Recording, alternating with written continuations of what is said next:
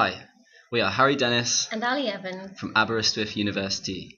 This presentation summarises our paper published in the journal Ecological Engineering, titled Reefcrete, Reducing the Environmental Footprint of Concrete for Eco-Engineering Marine Structures.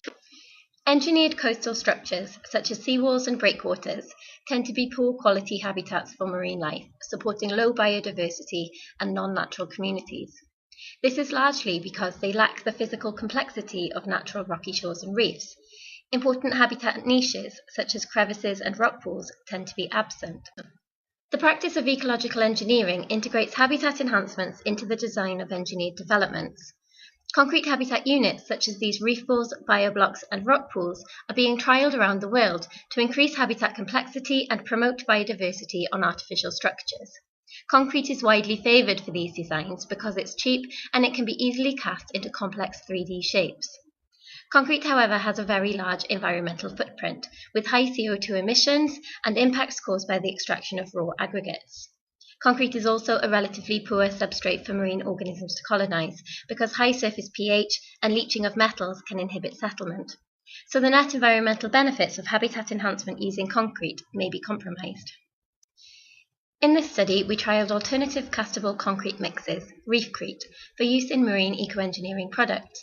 Our objectives were to develop materials that had a reduced carbon footprint compared to ordinary concrete, used natural and recycled materials in place of traditional aggregates, and would provide suitable habitat for marine life. 15 cm squared settlement tiles were cast from a number of alternative concrete blends. Each blend contained a cement binder, coarse and fine aggregates, and water. Our cement binder was a 70-30 mix of recycled ground granulated blast furnace slag, GGBS for short, and Portland cement. This reduced the carbon footprint of the concrete and made it more durable when submerged in seawater.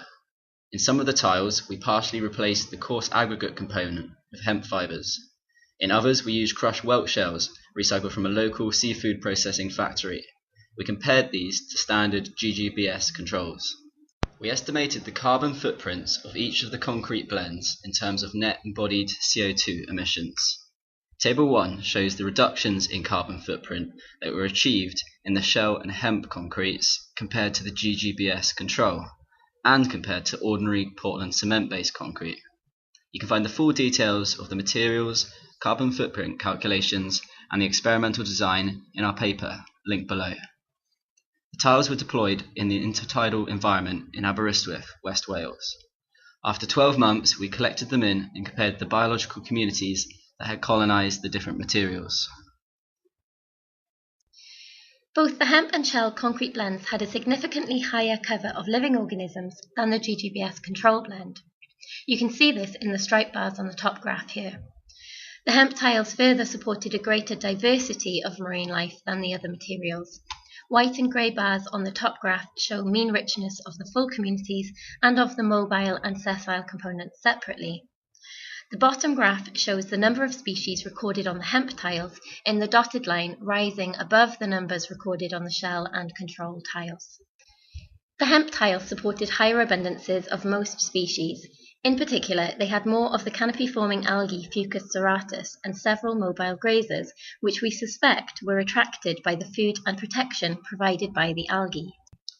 This study has demonstrated the potential to greatly reduce the environmental footprint of concrete by replacing Portland cement with recycled GGBS and by replacing aggregate material with hemp fibres and recycled shell waste. Our Reefcrete materials proved to be of equal or greater suitability as habitats for marine life, supporting more abundant and diverse communities.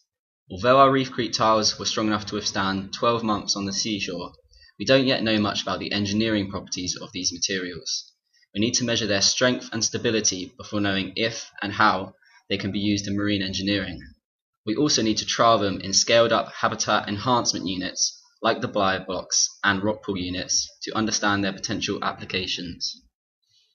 We've just started a new EU-funded research project called EcoStructure, investigating climate change adaptation through ecologically sensitive design of coastal infrastructure.